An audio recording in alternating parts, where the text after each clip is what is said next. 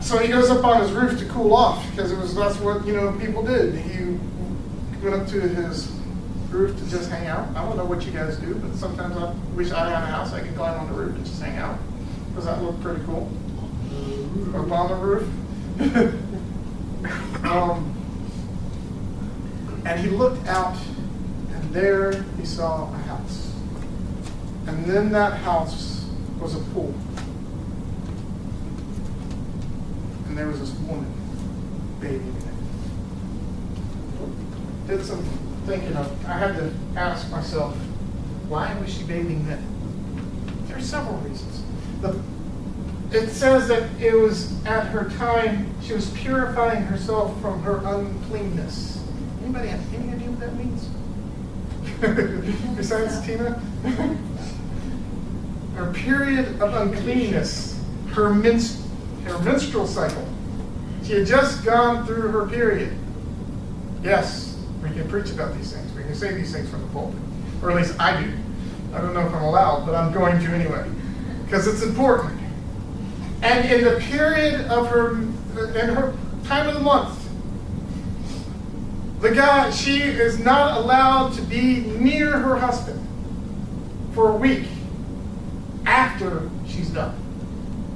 So there's 2 weeks of the month that the woman and the man cannot sleep together, they cannot have sex, they cannot have intercourse. They are a time of separation from each other. For 2 weeks. Wow. I don't know what I'm not married yet, but I'm thinking that would be not fun, for lack of a better term. And it was Jewish custom. So she was bathing in this pool to finish her purity ritual. It's been 2 weeks, at the end of her 2 weeks.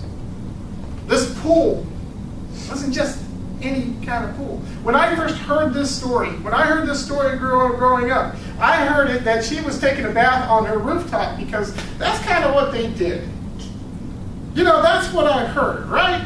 That's what they did in the Middle East. They took this big tub of water and they put it on the roof, and she was just bathing to get clean because she was dirty that day or something. That's what I heard growing up. That's not what she was doing. This pool was a special pool. It was called the mikvah. That's M-I-K-V-A-H. The mikvah was something akin to our baptismal pools. It was in every Jewish house.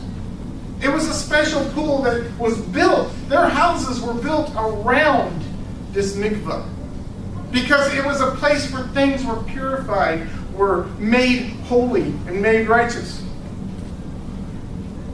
It was built into the ground. It couldn't be portable, so you couldn't put it on your roof. It was probably built into the ground in the middle of the courtyard, where it was surrounded by walls, and so people couldn't come in. It was a holy place. There was part of it that collected rainwater, because the water that fell from the sky was from God and it was pure. Moving water was purified, was special, was sanctified. It was holy. It was a special practice. I'll tell you some things that they did at this. What the Jews saw water and bathing in water as important. It says immersion in the mikvah was offered as a gateway to purity ever since the creation of man. In the Midrash, Adam sat in a river that flowed from the garden after he was kicked out of Eden, feeling that water would wash him clean. Before God offered the law, every Jewish person was told to go clean themselves in the river before he said the law. Yom Kippur, the holiest days of the year, the high priest was allowed to go entrance into the Holy of Holies. And before he did that, he had to step foot and immerse himself in a mikvah before he would be allowed to enter the Holy of Holies. In conversion to Judaism, proselytes, one of the things they had to do when they finally reached the pinnacle of their whole things was to immerse themselves in a mikvah. This thing was also designed For on wedding days, grooms also immerse themselves in the mikvah to clean themselves, to purify themselves. Utensils and tools of cooking and were supposed to be were dipped into this pool before they could use them. I'm going to read this to you. It says, in many ways, the mikvah is the threshold of separating the unholy from the holy, but it's even more. Simply put, immersion in the mikvah signals a change in status. More correctly, an elevation in status. Its unparalleled function lies in its power of transformation, its ability to effect a metamorphosis. Utensils that could heretofore not be used after immersion be utilized in the holy act of eating as a Jew. A woman who from the onset of her menses was in a state of separation from her husband, may after immersion be reunited with him in ultimate holiness of married intimacy. Men or women in temple times who were precluded from service because of defilement could, after immersion, alight the temple mount and enter the house of God. The case of the convert is most dramatic. The individual who descends into the mikvah as a Gentile emerges from beneath the waters of a Jew. They believed in the holy and an uncleanness when a woman went through her period, her menstrual cycle, whatever the proper term is to say. And for a whole week after, she was unclean.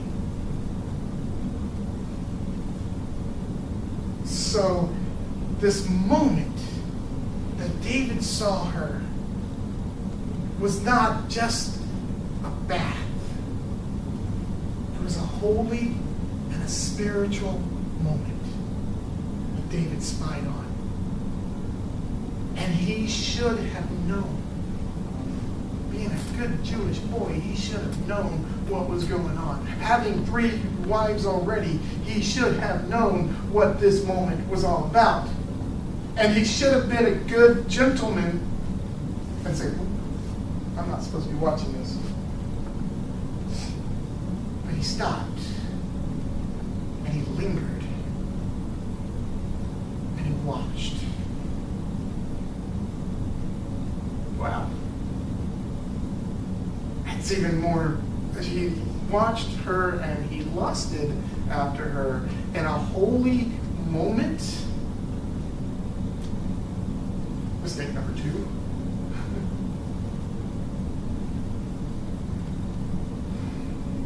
It gets worse. Because not only did he lust after her, he called her in to his house. He found out who she was. I don't know whether how compliant, apparently she was compliant too, so she had made a mistake also.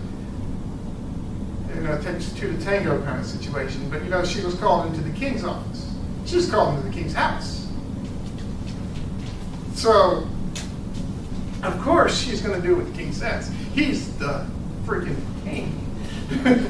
You do what the king says, right? Maybe she liked him too, thought he was cute. I don't know. But he lingered, even when he knew who she was. And who she was Bathsheba, the wife of Uriah the Hittite.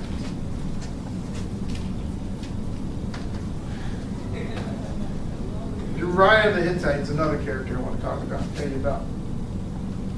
Hittite. I had to figure out what that was. It's Canaanite. And I was like, aren't these people that God kicked out of the... Didn't those people that Joshua destroyed and kicked out of the land? Yes. But Uriah the Hittite, we find out in 2 Samuel 23 of David's mighty men.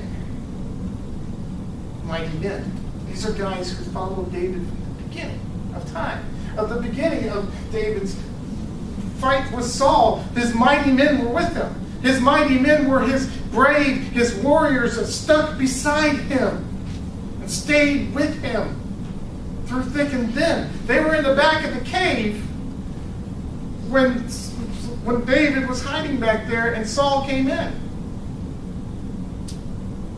They were with him from thick and thin. Uriah the Hittite was one of his most loyal and trusted servants. And David knew who he was. And he invited his wife to come to him. And it gets worse. So David sent word to Joab. Send me Uriah the Hittite. Starting with verse 6. And Joab sent Uriah to David, and when Uriah came to him, David asked how Joab was doing, and how the people were, and how the war was going. Then David said to Uriah, go down to your house, wash your feet. And Uriah went out of the king's house, and there followed him a present from the king. Go home. Wash your feet. That's a euphemism probably for go sleep with your wife. Enjoy yourself. Let's cover up this mistake. Your wife's pregnant. David's like, your wife's pregnant. Go home. Have fun. Do something. I'm going to fix my problem. I'm going to solve my problem. It's going to go away. What did Uriah do? Slept outside. He said, I can't do this while the men are at war. I'm going to sleep outside the king's gate. Okay. That didn't work. So David tried again. And again, Uriah slept outside the gate. He didn't go in the house. Okay, this mistake that I'm going to live with forever is going to be a problem. What do I do? So David started thinking of a natural way out of our solution, out of this problem. How do I get out of this problem? How do I continue on in my life? There's only one way to do it. Uriah, one of my mighty men, he's got to go. I'll have the Ammonites kill him. And then I'll take Bathsheba as my wife, and we can have a kid. Nobody will ever know this ever happened, right? I'm free. Excellent.